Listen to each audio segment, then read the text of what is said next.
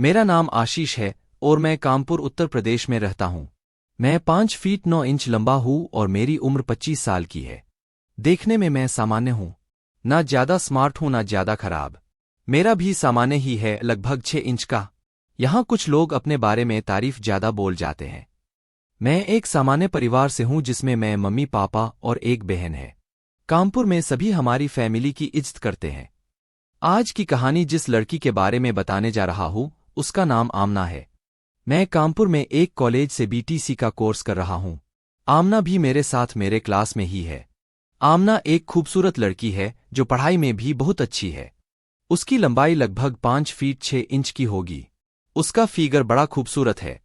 वह टाइट कपड़े पहनती है जिससे उसका फिगर अच्छा दिखता। जब पहली बार मैंने आमना को कॉलेज में देखा था तो देखता ही रह गया। उसके काले बाल बहुत ही खूबसूरत लगते हैं। गोरी रंग की वह लड़की मेरे दिल को छू सी गई थी। उसके होंठ गुलाबी रंग के थे। मेरा मन बोल रहा था कि एक बार उसके होंठों का रस पी लूं। खैर, पहला दिन तो इन्हीं ख्यालों में बीत गया। अगले दिन मैं कॉलेज गया और उसके पीछे की सीट पर बैठ गया।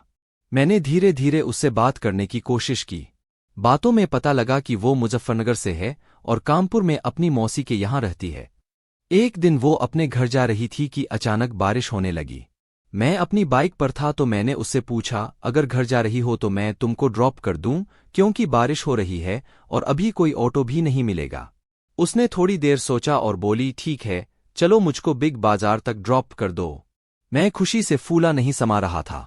अब वो मेरी बाइक पर मेरे पीछे बैठ गई और मैं बार बार ब्रेक लगा लगा कर मजे ले रहा था। उसने बोला, ज्यादा मजे लेने की जरूरत नहीं है, सही से बाइक चलाओ। और इस तरह हम दोनों बातें करते हुए चलते रहे। कुछ देर बाद उसने पूछा, तुम्हारी कोई गर्लफ्रेंड है? मैंने बताया कि मैं सिंगल हूं। फिर मैंने पूछा, तुम्हारा कोई बॉयफ्रेंड है? तो उसने बोला कि वो भी सिंगल है। और हम दोनों इस बात पर हंसने लगे। इस तरह हम दोनों अच्छे दोस्त बन गए थे और ज्यादातर वक्त साथ में ही बिताते थे। कुछ दिन के बाद मेरी तबीयत कुछ खराब हो गई थी, जिस वजह से मैं कुछ दिन कॉलेज नहीं गया। आमना ने एक दिन मेरे एक दोस्त से पूछा कि आशीष कॉलेज क्यों नहीं आ रहा है। तो उसने बता दिया कि आशीष की तबीयत खराब है। आमना ने बोला, मुझको आशीष का नंबर दे दो, मुझको उससे कुछ बात करनी है। तो मेरे दोस्त ने उसको मेरा नंबर दे दिया। उस दिन शाम को मेरे फोन पे उसका कॉल आया। उसने मेरी तबीयत के बारे में पूछा और बोली, कब तक कॉलेज आ जाओगे? मैं बोला, अगर कोई काम है तो मैं कल से आ जाऊंगा। उसने कहा, नहीं कोई काम नहीं है, जब ठीक हो जाओ तो आ जाना। ऐसे हम दोनों की बात फोन पर भी शुरू हो गई। दोस्तों, अगर आपके पास किसी लड़की का नंबर है तो अपने आप को रोकना मुश्किल हो जाता है। ऐसा ही मेरे साथ भी हुआ और हम दोनों आपस में और ज्यादा बात करने लगे। धीरे धीरे बातें प्यार को लेकर भी होने लगी।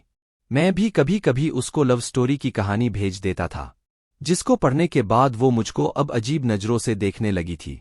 प्यार की आग दोनों तरफ लगी थी, पर दोनों यही सोच रहे थे कि पहले बोले कौन। एक दिन उसका सब्र का बांध टूट गया और आमना बोली, आशीष, मैं तुमको पसंद करती हूँ। तुम मेरे बारे में क्या सोचते हो? मैंने भी बोल दिया, यार, मैं भी तुमको पसंद करता हूँ, पर देख रहा था कि कौन पहले बोलेगा, इसलिए नहीं बोला। इस बात पर उसने मेरे पेट पर एक मुक्का मारा और फिर मैंने उसको अपने सीने से लगा लिया। अब व्हाट्सएप पर प्यार की बातें होने लगी थी। कभी कभी वो मुझको अपने वैसी वाली फोटो भी भेजती थी। हम दोनों लवर बस अब खुदाई के लिए सही टाइम का इंतजार कर रहे थे। एक दिन उसकी मौसी को किसी धार्मिक स्थान पर दर्शन के लिए जाना था तो वो अपने बेटे के साथ चली गई। घर में आमना और उसके मौसा जी रह गए।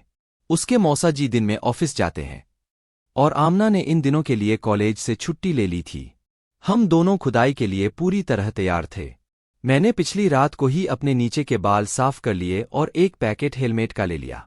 जब उसके मौसा जी ऑफिस गए तो आमना ने मुझको कॉल किया, घर आ जाओ, और व्हाट्सएप पर अपनी लोकेशन भेज दी। पर उसको कहाँ पता था कि मैं पहले से ही उसके घर के पास खड़ा था।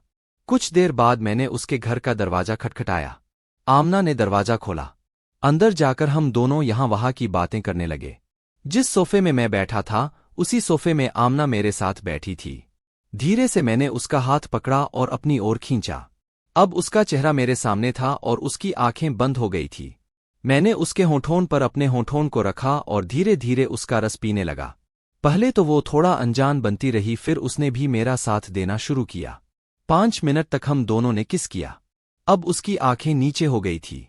मैंने उसके चेहरे को ऊपर उठाया और उसकी आंखों पर एक किस किया। थोड़ा नीचे आकर मैंने उसकी गर्दन पर करना शुरू किया और एक हाथ उसकी टॉप में डाल दिया।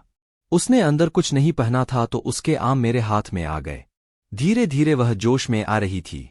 मौका देखते ही मैंने अपना चोकोबार उसके हाथ में दे दिया और मैंने कहा, अब तुम चोकोबार को खाओ, और वो चोकोबार को चाटने लगी। मैंने उसे पूछा, कैसा लगा चोकोबार? वह बोली, मीठा है, और वो उसकी सारी क्रीम खा गई। थोड़ी देर बाद वह फिर से बोली, मुझे और चोकोबार खाना है।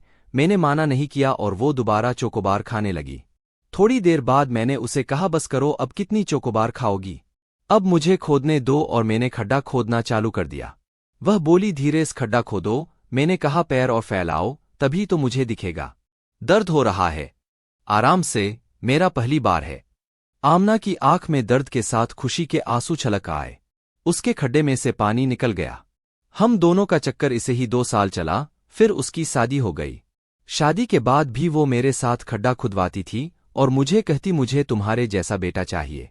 दोस्तों, आपको यह हमारी कहानी कैसी लगी कमेंट में जरूर लिखें और साथ में लाइक और शेयर करना न भूलें। अगर आप हमारी चैनल पे नए हैं तो प्लीज़ सब्सक्राइब करना न भूलें।